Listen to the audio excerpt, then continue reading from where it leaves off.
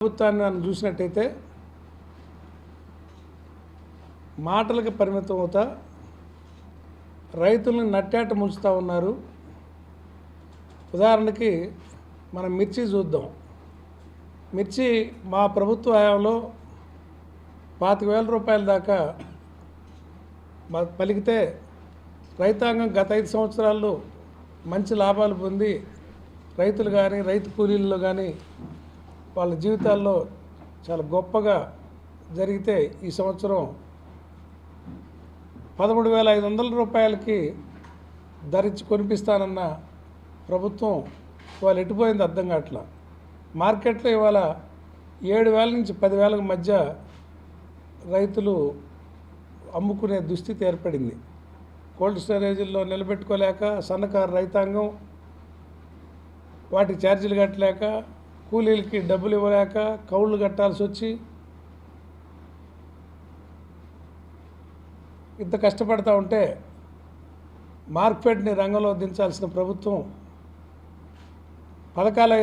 ప్రభుత్వం అయితే 13,500 కనీసం మద్దతు ధరగా కొనిపిస్తానని చెప్పి ఇవాళ మాట నిలబడకుండా వెనకపోయిన తీరు చూస్తే బాధాకరం. ఇక పొగాకు విషయానికి వద్దాం.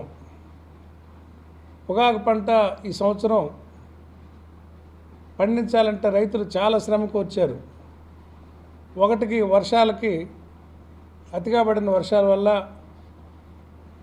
కొంతమంది రైతులైతే 3 సార్లు కూడా పంట వేయాల్సి వచ్చింది. 1-2 సార్లు దెబ్బతింటే 3వసారి కూడా పంటేసి పొలాల్లో మల్లెబడి అంటే పారాసైట్స్ మల్లె వచ్చి కలుపు వచ్చి దిగుబడులు తగ్గి ఏటా 10 క్వింటాలు వచ్చే పొగాకు ఈ సంవత్సరం 6-7 క్వింటాలు వచ్చేసరికి కష్టంగా ఉంది. పంట 20% నుంచి 40% దాకా దిగుబడులు తగ్గితే పొగాకు ఎక్కువ పంట వేశారని నెపం పెట్టి మార్కెట్లో దోపిడీకి దారితీశారు వ్యాపారస్తులు. రోజు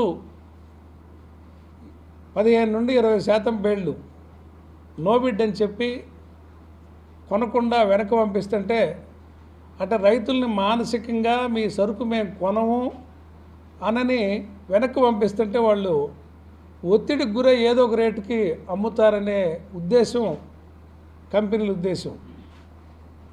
పొగాకు బోర్డు పూర్తిగా నిర్వీర్యమైంది. వాళ్ళు దాని మీద వచ్చే కమిషనే తప్ప రైతుల పక్షాన్ని నిలబడటంలో వాళ్ళు ఫెయిల్ అయ్యారు. అదే మా జగన్ గారి గవర్నమెంట్లో జగన్మోహన్ రెడ్డి గారు ముఖ్యమంత్రిగా ఉన్నప్పుడు లో గ్రేడ్కి ఇట్లానే 2019-20 సంవత్సరాల్లో లో గ్రేడు కొనకుండా 50 రూపాయలకు లోపే కొనాలని వ్యాపార వర్గాలు చూస్తూ ఉంటే ఆ రోజు 200 కోట్ల రూపాయలు మార్కెట్ డబ్బులు ఇచ్చి 100 రూపాయలకు తక్కువ కాకుండా అంటే చివరి గ్రేడ్ కూడా 100 రూపాయలకు తక్కువ కాకుండా కొనిచ్చి రైతులను ఆదుకోవడం జరిగింది. ఆ తర్వాత 3 సంవత్సరాల పాటు రైతులు మా ప్రభుత్వంలో మంచి లాభాలు చూసి రైతుల కుటుంబాల్లో ఒక వెలుగు రావటం, పిల్లల చదువులకైతేమి వీటన్నీ చదివించుకోగలిగారు. ఇవాళ చూస్తే చంద్రబాబు నాయుడు గవర్నమెంట్ వచ్చాక మళ్ళీ పూర్వపు స్థితి. ఆయన వస్తే కరువు అన్న వస్తుంది, పంట పండదు, పండిన పంటకి గిట్టుబాటు ధర ఉండదు. అది కాలం మహిమో ఏంటో అర్థం కాదు. కానీ ఆయనైతే వ్యాపారస్తులు కొమ్ము కాసే నాయకుడు చంద్రబాబు నాయుడు అని ఈ సందర్భంగా తెలియజేస్తున్నా. ఎందుకంటే మార్కెట్లో ఇంటర్వ్యూని కమ్మంటే ఇంటర్వ్యూని కాకుండా మార్కెట్ని పోటీలో దించకుండా ఎప్పుడూ డిమాండ్ సప్లైని బట్టి ఉంటుంది. కొంత క్వాంటిటీని గవర్నమెంట్ కానీ కొని పక్కకి లాగితే ఆటోమేటిక్గా డిమాండ్ వచ్చి రైతులు లాభపడతారని అందరికీ తెలిసిన విషయమే. అదే సమయంలో మార్కెట్ కూడా గత 2 దశాబ్దాలుగా చూస్తే ఎప్పుడు సొసైటీలకు కానీ మార్కెట్కి కానీ ప్రభుత్వాలు డబ్బులు ఇచ్చి కొనిచ్చినప్పుడు రైతులకు హెల్ప్ చేయడంలో ఏ రోజు కూడా సంస్థలు నష్టపోలే. వాళ్ళకి 10 రూపాయల లాభం వచ్చినాయి సంస్థల కంటే. ఇది కృత్రిమంగా సృష్టించే వ్యాపారస్తులు సృష్టించేదని మనం అర్థం చేసుకోవాలి. ఇటువంటి సమయంలో కొద్దిగా రైతుల పట్ల కనికరం చూపించాలని చంద్రబాబు నాయుడిని కోరుతా ఉన్నా. ఇక్కడ గెలిచిన ప్రజాప్రతినిధులను కూడా అప్పీల్ చేస్తూ ఉన్నా. మీరు అందరూ రైతు కుటుంబాల నుంచి వచ్చారు, గ్రామీణ వాతావరణం నుంచి వచ్చారు. మీ కళ్ళ ముందే మన చుట్టూ ఉన్న పొగాకు రైతులు పోతుంటే మీకు కంటికి కనపడట్లేదా అని ఎమ్మెల్యేలు నేను అడుగుతా ఉన్నా. ఎందుకు మీరు మొద్దు నిద్ర నైట్టిస్తున్నారు? మా ప్రభుత్వంలో మేము చేసాం కాబట్టే, అదే పెద్ద విచిత్రం కాదు కాబట్టే చెప్తా ఉన్నాం. జగన్ గారి గవర్నమెంట్లో 3,000 కోట్లు ధరల స్థిరీకరణ నిధి కనిపెట్టి కందులు, శనగలు, జొన్నలు, మినుములు ఏ పంట గ్రామాల్లో పండితే ఆ పంట ముందుగానే రైతు భరోసా కేంద్రాల్లో ధరలు నిర్ణయించేవాడు. ఆ ధరలు గిట్టుబాటు అయితే పండించుకోండి అని చెప్పేవాళ్ళు. రైతులకు అంతకంటే ఎక్కువ ధర వస్తేనే మార్కెట్లో అమ్ముకోమన్నాడు. లేకపోతే ఆటోమేటిక్గా గవర్నమెంట్ ప్రతి పంట ప్రొక్యూర్ చేసింది. ఇవాళ మీరు కందులు కొనలేదు, ఇప్పుడు మొదలుపెట్టారని చెప్తున్నారు. మా గవర్నమెంట్లో కందులు కొనేవాళ్ళం, రేషన్ షాపులో ఇచ్చేవాళ్ళం.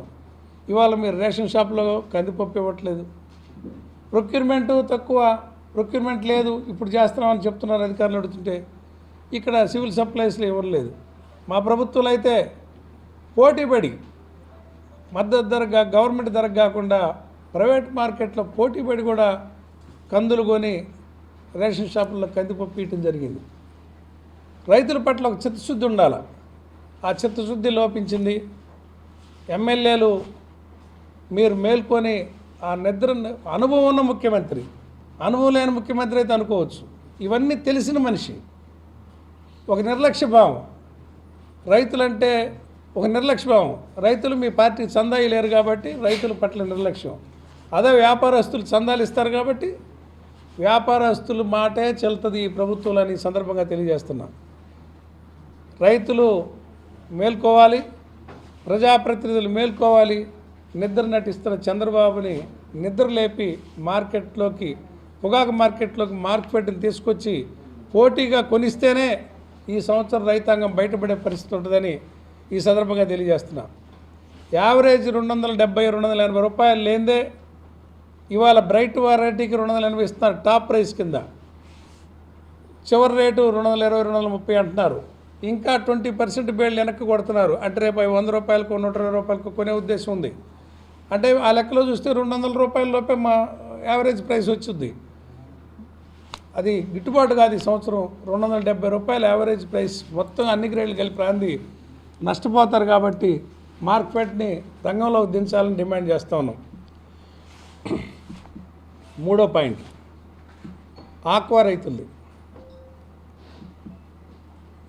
ఆక్వా రైతులకి అనేక వరాలు ప్రకటించింది కూటమి నాయకుడు చంద్రబాబు నాయుడు. ఎన్నికలకు ముందు అందరికీ ₹1.5కే పవర్ ఇస్తా అన్నాడు. తర్వాత ట్రూఅప్ ఛార్జీలు తీసేస్తా అన్నాడు. వాళ్ళకి ఏదో ఇంటెన్సివ్స్ లాగా ఇచ్చి రైతులను ప్రోత్సహిస్తానని చెప్పి అన్నాడు. ఏవీ లేవు. మేమేం చేసామో గుర్తు చేస్తున్నాం. మా హయాంలో 10 ఎకరాల లోపు ఉన్న రైతులందరికీ కూడా ₹1.5 కరెంట్ ఇవ్వటం. తర్వాత 2019-20 కోవిడ్ టైంలో కోవిడ్ వంక చూపించి వ్యాపారస్తులు రైతుల దగ్గర కేజీకి 150 రూపాయలకి లోపు కొని, అంటే మార్కెట్ బయటికి లేదని చెప్పి స్పెక్యులేషన్ చేయడం కోసం అతి తక్కువ ధరలకి కొనేటప్పుడు కొనే ప్రయత్నంలో ఉన్నప్పుడు గవర్నమెంట్ ఎంటర్ అయ్యి 220 రూపాయలు తక్కువ కొంటే నేను ఒప్పుకోనని చెప్పి వ్యాపారస్తుల మెడ మీద కత్తి పెట్టి 220 రూపాయలకి తక్కువ కాకుండా 100 కౌంటు, అక్కడి నుంచి కౌంటు తగ్గే కొద్ది రేటు పెంచి ప్రభుత్వం కొనిస్తే ఆ సంవత్సరం రైతులు బయటపడ్డారు. ఈ కొన్న వ్యాపారస్తులు కూడా నష్టపోలా. అంటే వ్యాపారస్తులందరూ చంద్రబాబు నాయుడు తొత్తులుగా చందాలు ఇచ్చి ఇప్పుడు ట్రంప్ మీదనో అమెరికా మీదనో ఆంక్షల మీదనో వంకబెట్టి దోపిడీ చేయాలని మళ్ళీ ఆలోచిస్తూ ఉన్నారు. వ్యాపారస్తులు గత 5 సంవత్సరాల్లో చూస్తే ఆక్వా వ్యాపారస్తులందరూ 5 నుంచి 10 రెట్లు పెద్దవాళ్ళు అయ్యారు. మరి జగన్మోహన్ రెడ్డి గారు మీ చేత ఒత్తిడి చేసుకొని ఇస్తే మీరు ఎక్కడ నష్టపోలా. మీకు ఆ మార్కెట్, కొత్త మార్కెట్లు ఎత్తుక్కున్నారు. ఇవాళ వరల్డ్లో భారతదేశ కంపెనీలు, ఆంధ్రప్రదేశ్ కంపెనీలు లీడ్ చేస్తున్నాయి. కనికరం చూపించమని వ్యాపారస్తులు కూడా ఈ సందర్భంగా నేను అడుగుతున్నా. వాళ్ళని నియంత్రించమని ప్రభుత్వాన్ని నేను అడుగుతూ ఉన్నా. జగన్మోహన్ రెడ్డి గారు వ్యాపారస్తులను అడిగినప్పుడు, ఆ రోజు మంచి ధర ఇమ్మని అడిగినప్పుడు వాళ్ళు మాకు ఇంపోర్టు తల్లి రొయ్య దిగుమతి చేసుకునేటప్పుడు, లేకపోతే ఫీడ్కి సంబంధించిన ఇంపోర్టు వస్తువులు, మినరల్స్, విటమిన్స్ ఇట్లాంటి దిగుమతి చేసుకునేటప్పుడు 28% సుంకం ఉందంటే జగన్మోహన్ రెడ్డి గారు కేంద్ర ప్రభుత్వంతో చర్చలు జరిపి ఆగమేఘాల మీద 5%కే తగ్గించడం జరిగింది. అంటే మా ప్రభుత్వంలో ఎంత కేరింగ్గా ప్రతి విషయంలో పనిచేసాడనే దానికి ఉదాహరణ చెప్తా ఉన్నా. మరి ఇవాళ ఆ రోజు సోయా, అంటే ఫీడ్కి ఎక్కువగా వాడే సోయా ధరలు 100 రూపాయలు పైగా ఉంటే ఇవాళ అది 30 రూపాయలకు వచ్చినాయి సోయా కేజీ. మరి వ్యాపార మిల్లులోళ్ళు, ఫీడ్ మిల్లులోళ్ళు ధరలు పెంచుకుంటే వాటిని తగ్గించాల్సిన, వాటి మీద నియంత్రణ మీకు లేదు. జగన్మోహన్ రెడ్డి గారి గవర్నమెంట్లో, మా పార్టీ హయాంలో ఒక ఆక్వా అథారిటీ అని రైతుల్ని, అసంఘటితంగా ఉన్న రైతులందరినీ సంఘటితపరిచి ఒక అథారిటీ నిర్ణయించి ఒక ఐఏఎస్ అధికారిని పెట్టి సీడ్ కల్తీ లేకుండా, ఫీడ్ కల్తీ లేకుండా వాటి రేట్లను నియంత్రిస్తూ వాళ్ళకు లాభాలు వచ్చే విధంగా అత్యంత జాగ్రత్త తీసుకొని వ్యాపారస్తులకు కూడా నష్టపోకుండా సపోర్ట్గా నిలబడిన ప్రభుత్వం మాది. మరి మీరు ఇవాళ ఏం చేస్తున్నారు? అక్కడెక్కడ అమెరికాలో సుంకాలు పెంచాడని చెప్పి అది అతను బ్యాన్ కూడా పెట్టాడు. అయినా మీరు ఆ సుంకాలు దెబ్బ అని చెప్పి వంకబెట్టి వాళ్ళ దిగ్గోసి రైతుల కాడ అడుగుతూ ఉన్నారు. సోయా ధరలు తగ్గిన, రా మెటీరియల్ కాస్ట్ తగ్గినా కూడా, మేత రా మెటీరియల్ కాస్ట్ తగ్గినా కూడా మీరు దాన్ని రివ్యూ చేసి ధరలు తగ్గించడంలో విఫలమయ్యారు. ఈ రకంగా పొగాకు వ్యాపారస్తులకు కానీ, మిర్చి వ్యాపారస్తులకు కానీ, ఆక్వా వ్యాపారస్తులకు కానీ ఇది వ్యాపారుల పక్షం ఈ కూటమి ప్రభుత్వాన్ని ఈ సందర్భంగా తెలియజేస్తున్నారు. ఎందుకంటే వాళ్ళందరూ మీకు డొనేషన్లు ఇస్తారు, రైతులు డొనేషన్లు ఇవ్వలేరు. మేము రైతుల పక్షం, మీరు వ్యాపారుల పక్షం అని ఈ సందర్భంగా తెలియజేస్తున్నా.